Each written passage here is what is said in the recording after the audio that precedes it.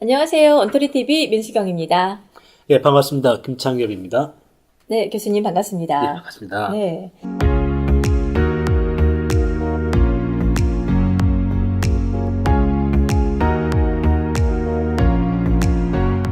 오늘은 그 교육의 중립성에 대해서 이야기를 좀 나눠볼까 하는데, 네. 되게 어려운 문제인 것 같아요. 어렵기도 하고, 또 충돌할 그런 이슈들도 좀 많은 것 같기도 하고요. 예. 네, 어떤가요? 글쎄요, 그 중립성이 뭔가 하고 이렇게 좀 생각해보고 또 다른 분들한테 이렇게 한번 여쭤보면은 이편 저편 들지 말고 그냥 그 가운데 서 있는 것. 이게 중립이다. 이렇게 많이 생각하도록 되기도 하고, 네. 그게 중립성이라고 뭐 주장하는 분들도 꽤 있어요. 근데 그게 과연 중립성인가 하는 거는 좀 생각해 볼 필요가 있겠죠. 어떤 사회적 이슈가 발생했을 때 이제 교육계의 어떤 입장이나 이런 것들을 이렇게 이야기하는 게 참 쉽지 않은 부분인 것 같기도 예, 해요. 예, 예. 워낙에 그 파급력이 크기 때문에. 예, 예. 네. 그러니까 뭐 기계적인 중립을 사실은 어려운 문제이기도 하고요. 네.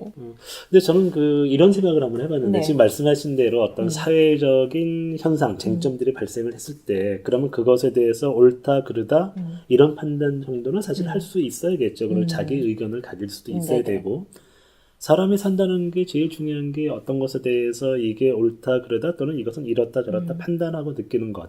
그게 사람으로서 가장 기본적인 그렇죠. 조건 아닐까요? 네. 사람으로서 되기 위해서는 그게 필요한데, 그런 것을 하지 말라고 하는 건 사람으로서의 본성이라든지 이런 것들을 내세우지 말라. 사람이 되지 말라. 뭐 이렇게 얘기하는 것이기도 하고요. 교육이 사람이 사람으로 되게끔 하는 그런 과정이라고 하면 이건 굉장히 반교육적인 것이다. 라고 얘기할 수도 있겠죠. 그리고 또 그 완벽한 중립이라는 게 과연 존재하냐? 저는 이것도 좀 의문이기도 해요.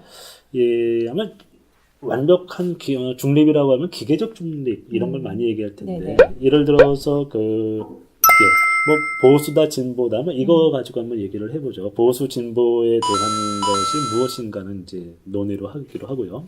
0이라는 지점이 있고 여기 진보가 있다고 쳐요. 그러면 이제 이쪽에 100이라는 지점이 있고 여긴 보수가 있다고 치겠습니다. 그러면은 가운데 50에 딱 서 있으면 중립인가요?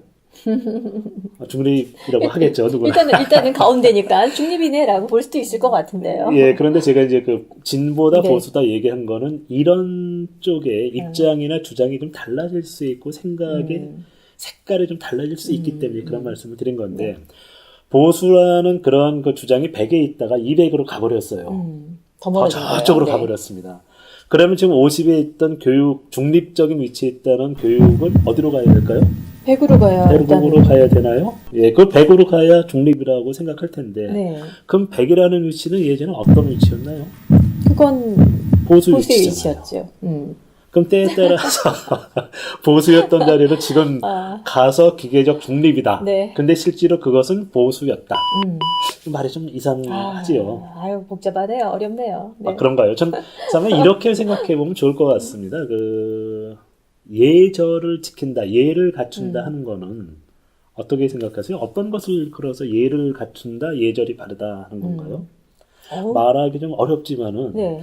이렇게 보시면 될 것 같아요. 나이 많은 사람한테 나이 적은 사람이 머리 숙이고 열심히 잘 하는 것, 비판하거나 시비 걸지 않고 그냥 가만히 있는 것, 잘 해드리는 것, 이것을 예절 바르다 이렇게 받아들이는 경향들이 좀 있죠. 분명히 있는 것 그렇죠. 같습니다. 네네. 그런데 실제로 예절이라는 게 과연 나이 적은 사람이 나이 많은 사람한테 그렇게 좀 거칠게 표현하면 머리 숙이고 얌전하게 있고 대들지 않고 하는 그런 것을 예절이라고 할 수 있겠는가 하는 거죠. 사람이 살다 보면은 더불어 함께 잘 살기 위해서 서로 갖추고 지켜주고 배려해야 되는 거 있지 않습니까? 예를 들어서 제가 어디 이사 가셨다고 쳐요. 그럼 이사 가신 집에 제가 처음 갈 때 맨손으로 착 하면은 될까요? 축하하는 의미에서 뭐 식이라도 갖고 가든 뭐든 이렇게 하겠죠. 네. 그 다음에 저한테 무슨 일이 있을 때 만약 오신다고 그러면은 예전에 내가 이걸 받았으니까 그만한 대가로 이게 아니라 축하해주고 정말 기쁜 마음으로 뭔가를 저한테 선물을 갖고 줄 수도 있겠죠. 이거는 주고받는 대가가 아니라 사람 사는 데 있어서 당연히 더불어 살기 위해서 지켜야 되는, 갖춰야 되는 그런 삶의 방식이다 하는 거죠. 그럼 이런 것들이 자꾸 갖춰지면은 어떤 경우에는 어떤 행동을 하는 게 적절하고 어떤 경우는 이것을 놓치지 말아야 되고 하는 것들이 점점 만들어지겠죠. 이렇게 갖춰진 것들을 일컬어서 예다. 이렇게 말을 사실은 하거든요. 네네. 그럼 예라고 하는 것이 단순하게 나이 적은 사람이 많은 사람한테 무조건 눌리는 것, 굴복하는 것, 이것을 예라고 하는 것이 아니다 하는 것을 이제 생각해 볼 수 있는데요.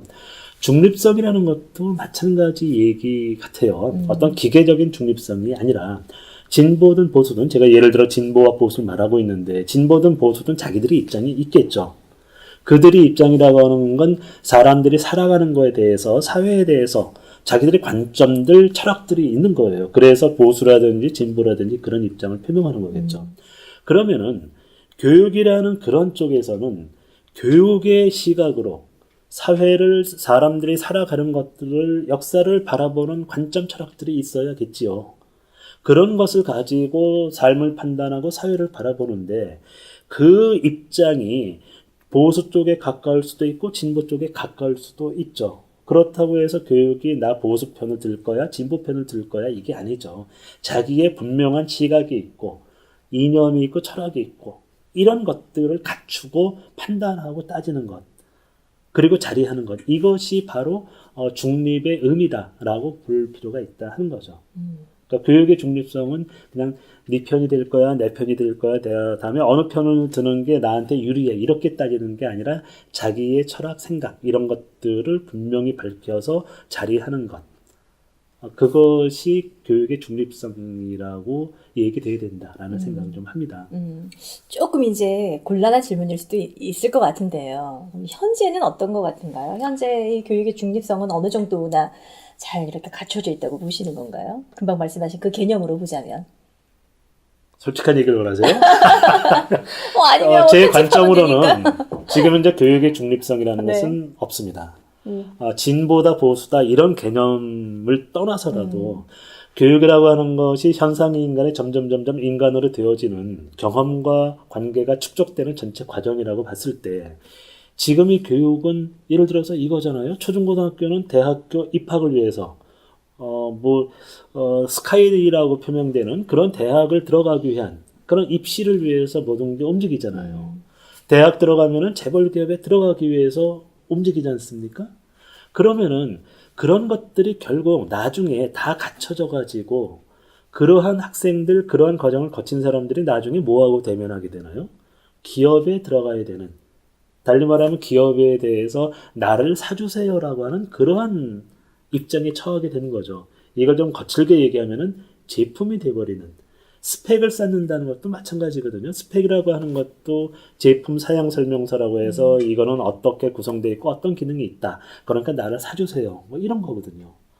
그러면 사람이 살아가면서 필요한 것들을 익히고 사람으로 되어지는 여러 가지 경험을 하고 하는 게 아니라 지금의 교육 체제라고 하는 거는 그 기업에 들어가는 어떤 생산과 연결되는 부품으로서의 역할을 해야 되는 그러한 준비 과정, 저쪽 그 경영용어로 치면은 제공품 상태에 있는 것이고 제공품을 빨리 제품으로 만들어 나가는 것을 우리는 교육이라고 하고 있다 하는 건데, 그렇게 제품을 만들어서 가장 이익을 보고 유리한 입장에 서는 것은 무엇인가 하는 거죠.